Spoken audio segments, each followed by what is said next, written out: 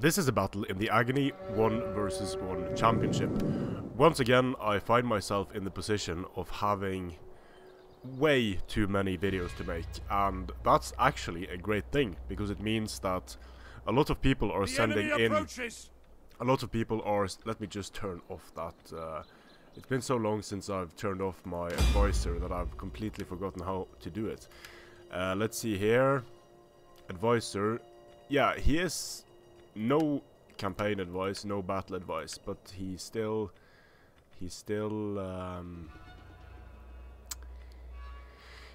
pitches in at times. Okay, I'll have to look into that, how I can turn him off. Anyway, so as I was saying, I have been receiving a lot of replays the past months really, and I've fallen way behind. What I used to do was I used to make 5 videos a day. And mostly when I have a lot of mechanics videos to make, I have to do that and then maybe post a battle. But when I'm only posting battles, there's just... I mean, if I post 5 battles a day, making 5 battles a day is a bit excessive, and posting 5 battles a day is certainly excessive. Because I assume no one's going to be watching 5 battles a day. So I might, for a while, have 2 battles to upload, something like that, just to get through them all. Anyway, this battle is between Llewelin of Agartha and someone whose name I've forgotten when I'm blabbering on here. It's Cordoba versus the Avars in the Aggony 1v1 championship. So Cordoba, relatively sturdy faction, Berber warriors here, Andalusian warriors, Berber spears, armored archers. Armored archers are super nice for soaking up damage. Then we have for the cavalry, Berber light cav, Umayyad guard, and a slinger in the back there. For the Avars, we have the... I think this is... I've seen these tribesmen used before, but I haven't really seen them have as big of an effect on the battle as I've expected them to. The tribesmen have a spear, and they also have armor and a bow. Potentially very dangerous combination if they can use their ammunition before closing into melee. Then we have 4 of these levy archers, spearmen, Avar noble swords, spearmen, more tribesmen, so a total of, let's see, 4 of these out on the flanks. For cavalry we have Avar lancers over here, and Avar horse archers. Now, this is not the easiest map to be commanding the Avars on, because the center is very well protected by this water, and any kind of flanking has to be done a long way. However, once you do that flanking, then you're going to be finding yourself facing an army that is able to fire down on you, which is going to chew through these lightly armored Avar horse archers relatively easy. And when you're commanding a nomad faction, when you have a lot of horse skirmishers, ammunition economy is one of your primary goals. You need to get kills back for your arrows, and you need the right kinds of kills. So the right kinds of kills in this case would be... wouldn't really be engaging these armored archers in an uphill position. It would be taking care of units like the Andalusian infantry, and most of all taking care of the cavalry, because once you take care of the cavalry, then you can use the enemy cavalry, that is, then you can make good use of your foot skirmishers. They have a lot of damage potential, they have more men per unit, but as you can see, the cavalry is being kept very well protected in the forest here, and both spears, archers and slingers are screening. Slingers being kept to the front. They need line of sight, good line of sight to fire, and they will potentially slow down these Avar horse archers, allowing the archers to get in more volleys. So in Charlemagne, mostly we've seen archers make up the skirmish contingent, but the combination of slingers and archers is still a potent one, in my opinion.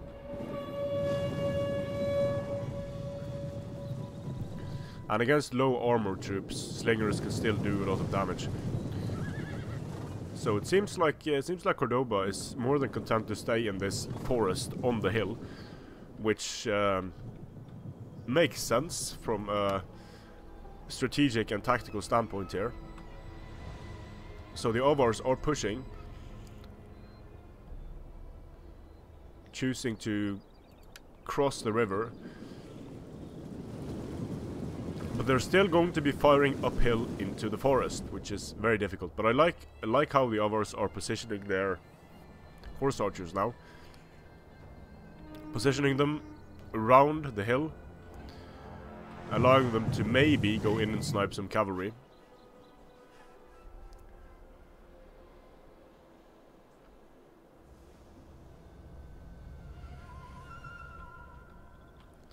And here we go. The Levy archers starting to fire.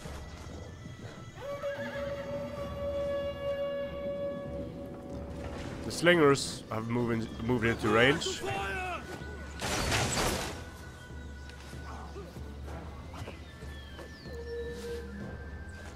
Now, even though the Levy archers have more missile damage than these Andalusian troops, they are firing from downhill, which is pretty bad for them. And I don't think they can see very well either. For some reason they're not firing. But here we have it. Flaming shots coming in against the Andalusian cav. Very nice. So when the skirmishers are up front here, that means that it's safe for the cavalry to go in and do some damage to the cavalry in the forest.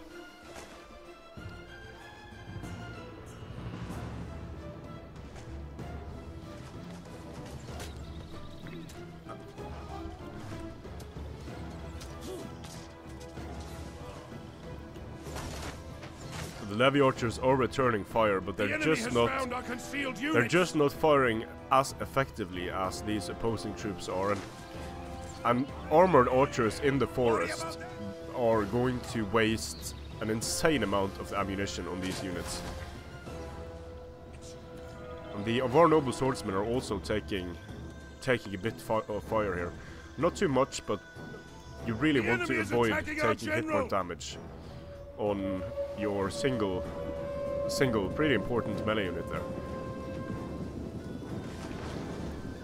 So already it's not looking too great for the Avars here, both in terms of positioning and in terms of the skirmish engagement. Now the Avar horse archers are doing a decent job in the back here, but these Berber spears are positioned in very annoying places for the Avar horse archers, so it's hard for them to get in and do the damage they need to do. So it seems like they're actually choosing to fire on this Berber spear.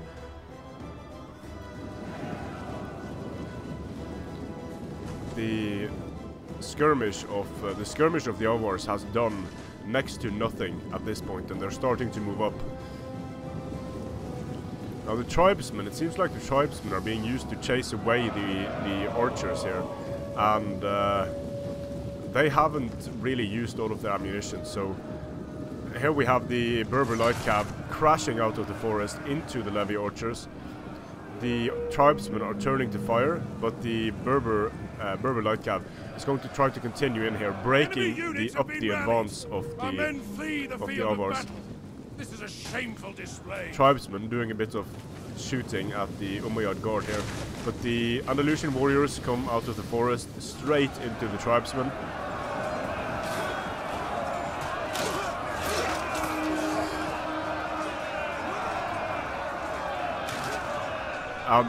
The tribesmen are of course more sturdy than your normal archers, but they cannot take the assault of a sword unit like this. Still a bit of chaos in in Cordoba's ranks here. There's flaming shots coming in from everywhere. Here come the Avar lancers charging into the Andalusian cavalry. And into the... Oh, actually, they stopped on the armored archers. Doesn't seem like they got a good charge off, and now they're being counter-charged by Andalusian cavalry.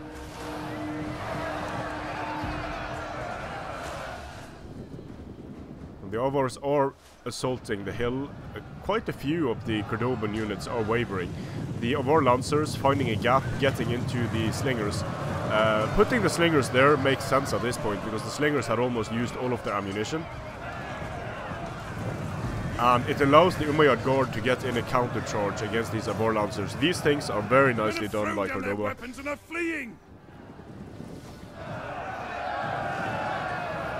The Avar Guard charging into the flank of the Andalusian warriors. Pulling out, let's see, yeah, they lose a few men pulling out. Quite a few men pulling out, actually. That charge cost them much more than they gained from it. Charging at weird angles with cavalry, unless you can break the unit, is rarely worth it. And here the Avar Noble Swords are fighting two Andalusian warriors. In the back, the Avar units are being chased off. This is a shameful display. Losing a lot of cavalry now are the Avars. This unit is going to shatter, I think.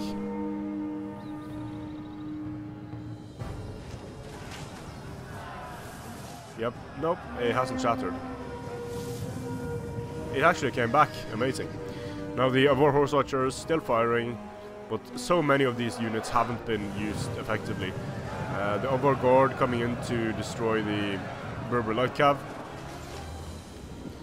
And these tribesmen are charging into the Berber Spears to get them off the field. Might enable them to get into the Armored Archers as well.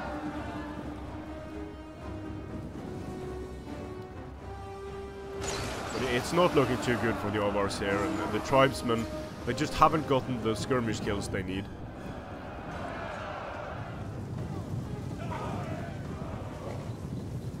Avar Guard charging into the Andalusians.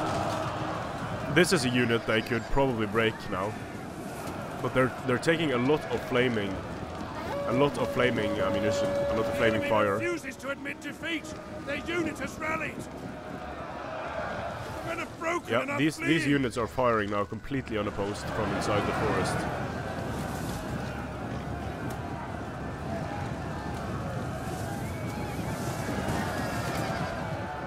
But things are, let's see here. The Cordoba has these very important cav units left in the back. They have the armored archers in the forest. And they do have a few melee units left here. The Avar Noble Swords have held extremely well here. Let's see if they can hold against the third unit. I have a feeling they may not.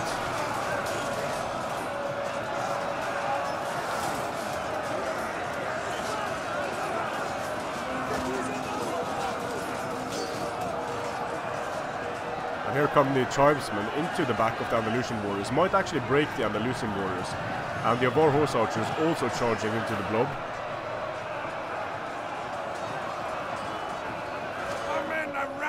So if the Avars could clean up this engagement here, things look better for them. But the tribesmen are being used as primarily melee troops in this battle. And in this case, chasing off the armored archers it's probably worth it.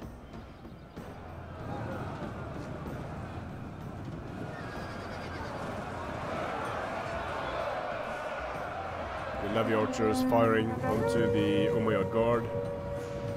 But it looks like, yeah, there we are. The Avar general died, and when the Avar general dies, the rest of the units are going to be off the field relatively quickly, and balance of power is going to come into play, making the Avars run from the hills.